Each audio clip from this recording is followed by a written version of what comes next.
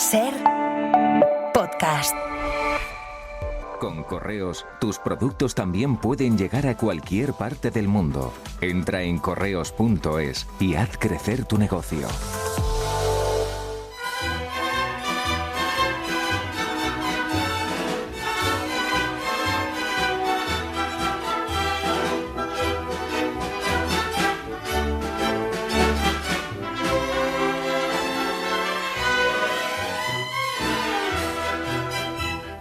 Las niñas que pasean por Pardiña, cada día arriba, cada día abajo, su ilusión.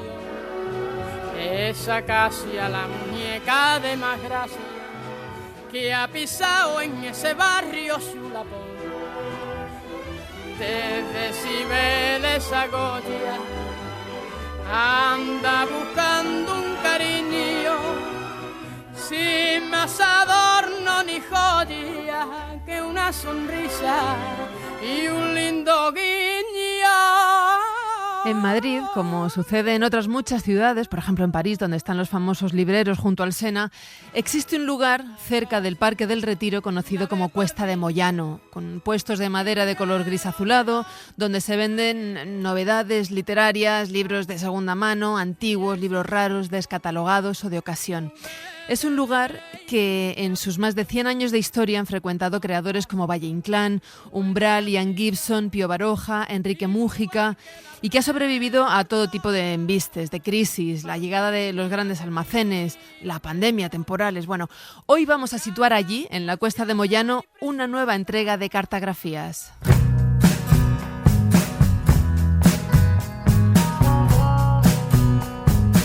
Cartagrafías. Historias por correspondencia con Laura Piñero.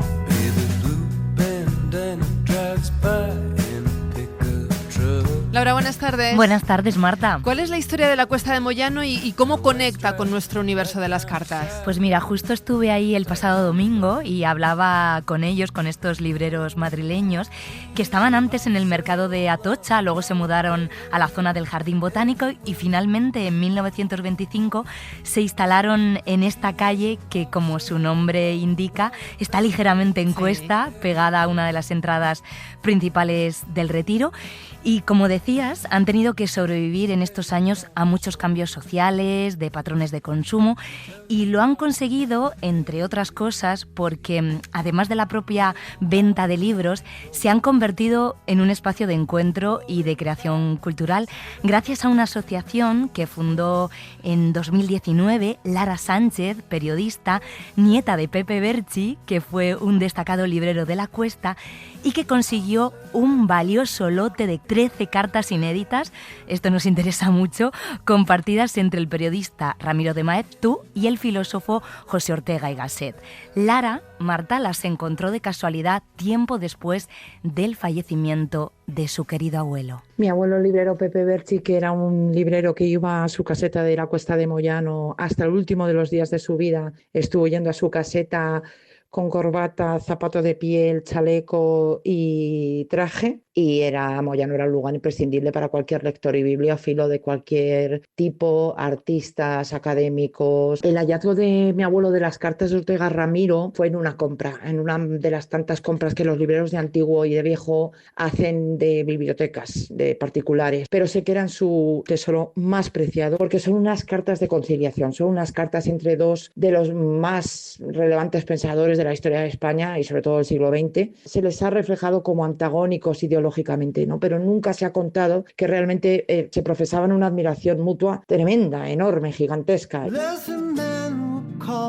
Pensaba que las cartas estaban perdidas. Él tenía una parte de su armario donde guardaba pues algún tipo de libros y documentación. Descubrí un estuche de plástico que ponía cartas de Ortega y no daba crédito, pensaba no. Y cuando lo abro me encuentro con las cartas manuscritas de Ortega, inéditas. Fue increíble porque esa noche me quedé leyéndolas sin dormir en la cocina de casa de mi abuelo, la misma cocina donde él pasaba las noches después de cenar limpiando sus zapatos de piel y pasé una noche absolutamente electrizante. Querido Ramiro, yo al menos no entiendo la actualidad de una manera tan inmediata como suele hacerse.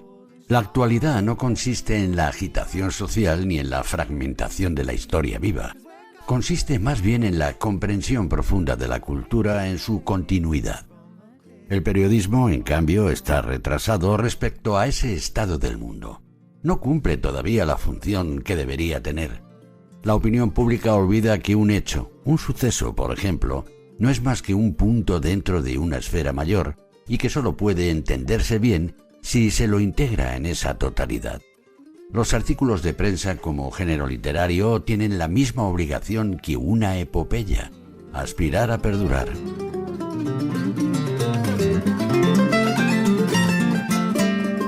Imagino perfectamente esa emoción, ¿no?, Sí. de Lara al encontrar de repente esas cartas y toda esa noche en vela leyendo a Ortega, contándole un montón de cosas a Ramiro de Maeztu. Unas cartas, claro, importantes porque además de mostrar su pensamiento, la vida antes de la Guerra Civil, pues prueban, certifican la amistad que tenían a pesar de sus diferencias ideológicas, ¿no? Sí, era un dato desconocido hasta que se hicieron públicas estas cartas. Recordemos que para Ramiro el problema de España era haber perdido la fe y para Ortega el atraso intelectual, la falta de una minoría culta que guiara al país. Me contaba Lara que su abuelo tenía un vínculo muy fuerte con estas cartas, no las quiso vender porque simbolizan la concordia frente a la confrontación. De hecho, su padre, el padre de su abuelo, librero, fue ayudante de Pablo Iglesias, murió en la cárcel y recordemos que Ortega tuvo que exiliarse con la Guerra Civil huyendo de las amenazas del Frente Popular y Maeztu fue fusilado por las milicias, ¿no? Estas cartas simbolizan una España que pudo entenderse con las palabras sobre todo tipo de temas como Cataluña, las clases sociales. Las cartas son muy curiosas de leer de principio a fin, no solamente una por una, porque comienzan con un entusiasmo, una admiración casi de enamoramiento de Ortega a Ramiro, citando frases, ¿no?, para alentarle a que Ramiro genere una reunión de intelectuales que ayude a modernizar a España a través de la cultura. Constantemente las cartas Ortega le llama a la acción y Ramiro no actúa. Así que al final las cartas terminan siendo un poco amargas. Se ve como Ortega está un poco enfadado con Ramiro porque no le hace caso, porque no ha podido hacer lo que le pide y ese es el fin, ¿no?, de las cartas. Una vez nada más se entrega el alma. ¿Qué te ha dicho Canalejas? Me interesa mucho saberlo. Como intérprete de la política, lo considero el primero de España. Sin embargo, creo que no es claro cuando se trata de una acción política amplia, de gran alcance, y sobre todo creo que no ha comprendido el problema español. Ni siquiera yo, catalán, para quien lo catalán es idéntico a lo español, me siento comprendido por él. Si me obligaras a definir el problema español en 2 palabras, diría esto: España es un país donde la cuestión de ricos y pobres, en sus 2 formas, riqueza material e instrucción, coincide exactamente con el problema nacional. En otros países existe también la cuestión social de ricos y pobres, pero allí es únicamente un problema moral o social. En España, en cambio, además es un problema nacional. Desde un punto de vista estrictamente nacional, la solución podría ser industrialista. Al elegir entre el modelo inglés o el alemán, democracia o imperialismo, es significativo que él se fijara solo en la unidad nacional. El imperialismo, como expresión del egoísmo nacional, resulta más ventajoso para esos países porque existe allí una realidad capitalista fuerte y un capital capaz de aprovechar los frutos de una legislación proteccionista. Pero en España, ¿para qué legislar a favor del capital si no existe capital? La única mejora posible consiste en ampliar la base de bienes, es decir, extender la producción. Dicho de otro modo, en España solo son posibles las mejoras democráticas. Un abrazo, Pepe. Hay campanas de fiesta que cantan en mi corazón. Lara Sánchez, yo creo que con buen criterio, decidió que este tesoro familiar tenía que pasar a manos públicas, ¿no? Sí, se las quedó Biblioteca Nacional, ahora están a disposición de cualquier ciudadano. Están fechadas, por cierto, entre 1909 y 1924, cuando Ramiro era corresponsal en Londres y Ortega, más joven, aún no había publicado su gran obra, Meditaciones del Quijote, pero ya tiene, ¿no?, como escuchábamos, claro su pensamiento y pone de manifiesto también su humanidad, tratando de consolar a su corresponsal, esto me ha llamado mucho la atención, por una crisis existencial que atraviesa a Ramiro, la compara con la propia Deriva de España, Ortega, para la que propone una solución clara: cultura. Ramiro, nuestra amistad ha existido y seguirá existiendo. Me parece mal que entre nosotros se hable de bondad, aspereza o tontería. Por mi parte no acepto aquella tontería. Y hombre, cuídese. Hay personas que para madurar una etapa de su vida necesitan pasar por la tristeza. Sobre aquella carta que yo consideraba innecesaria, no merece la pena hablar más. La incomprensión se manifiesta siempre igual, no es una simple falta de entendimiento, no es un fallo intelectual. El intelecto puede equivocarse, pero la incomprensión es otra cosa, es querer entender mal. Se trata de confundir lo previo, de mezclarlo todo en ese punto muerto en el que mueren los pueblos. Y así acabamos regenerándonos en lo mismo que pretendemos curar. Ahí está el círculo vicioso de nuestra raza. Y también el punto en que nosotros coincidimos. Decimos que amar al amigo es quererlo, incluso cuando no se lo demuestra. Pero, ¿queremos de verdad curarnos de ese mal? Acepte, pues, no ser comprendido. Ese caso triste en el que me quejo de que lo mío no es de los otros no significa que nuestro papel consista en hacernos entender, sino sencillamente en hacer lo que debemos hacer. Creo que en España faltaba cultura. Fuimos nosotros quienes dijimos que había que crearla. Hagámosla y así haremos España, sin caer en la pedantería. Pedantería es convertir en fórmula lo que debería ser un acto vivo. Es la aberración de los lugares comunes moralistas que invitan a lo puramente convertido en doctrina muerta. Un fuerte abrazo, Pepe. Y hay un momento, Laura, en el que la relación de estos dos amigos se rompe. ¿Se sabe por qué? Sí, parece que Ramiro dejó de contestar. Ortega y Gasset lo interpreta como desinterés. Encima le llegaban comentarios de supuestas críticas de su corresponsal y termina cortando relación y se acabaron las cartas. Lo leemos, la despedida, ese pequeño cabreo, en una de las cartas que custodió el librero de la Cuesta de Moyano. Tenemos muchas cosas que hablar, entre ellas algunas quejas mías. Hace poco Segre me escribió una carta en la que mencionaba cosas que, según él, yo pretendía. Aquello me indignó. No puedo creer que tú no intervinieras para impedir que Segre publicara semejante cosa. Y si no lo impediste, ¿por qué dejaste que se hiciera público? He sentido desde hace tiempo cierta desestima. Me encuentro cada vez más inclinado al pesimismo, más cansado de las edades y cada vez pienso peor de España. Me parece muy exacto lo que usted dice. Un detalle. Mi sociabilidad habría que buscarla más cerca del orgullo o del temperamento, que tengo muy hipersensible, y de mi percepción de lo individual.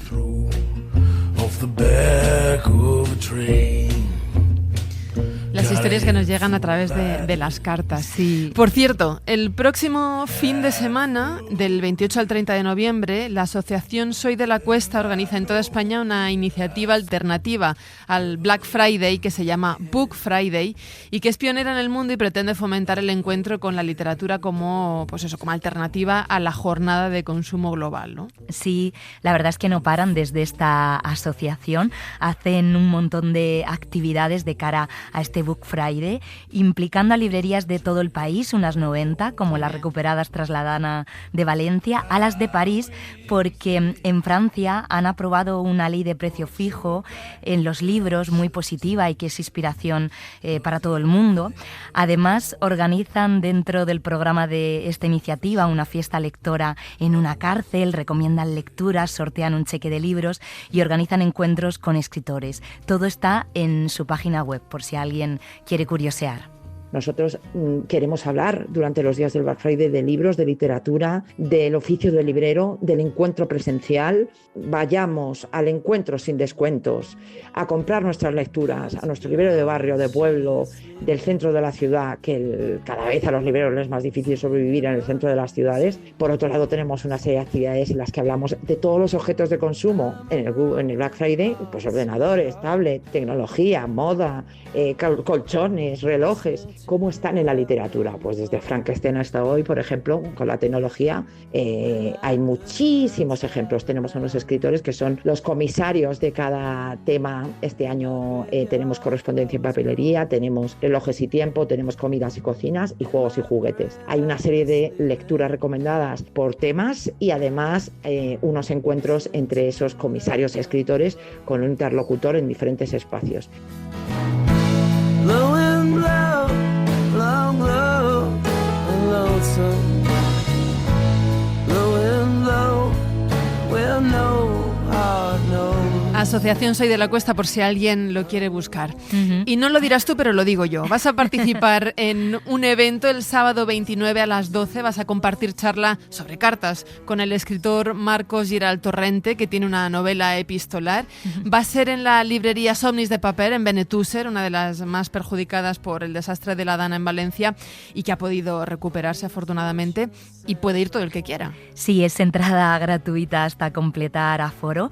Me apetece mucho porque vamos a hablar de ficciones basadas en el mundo epistolar y de epistolarios. Muchos los hemos comentado aquí en esta sección. Sí. Y de este libro de Giral Torrente que se llama Los ilusionistas, publicado por Anagrama, que está inspirado en la correspondencia real entre sus abuelos, el novelista Gonzalo Torrente Ballester, y su primera esposa, fallecida prematuramente. Es una especie de autopsia familiar que os recomiendo, la verdad. Planazo para quien pueda pasarse por Benetússer. Sí, y en este contexto además de librería recuperada por la Dana, me apetece mucho. Sí. Gracias, Laura. Un placer.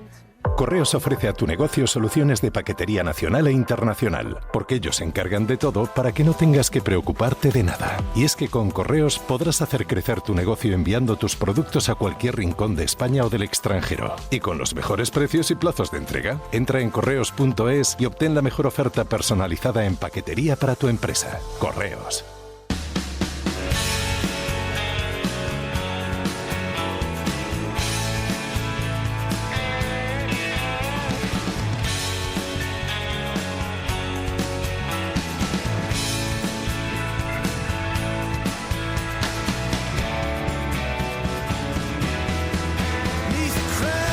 Pues así, con historias de cartas, de libros y librerías, cerramos la ventana de este viernes. Volvemos a abrirla, como siempre, el lunes a las 4, las 3 en Canarias, con Francino. Un beso muy fuerte, buen fin de semana. Tried to summon all that my heart finds true and send it in. Ser podcast.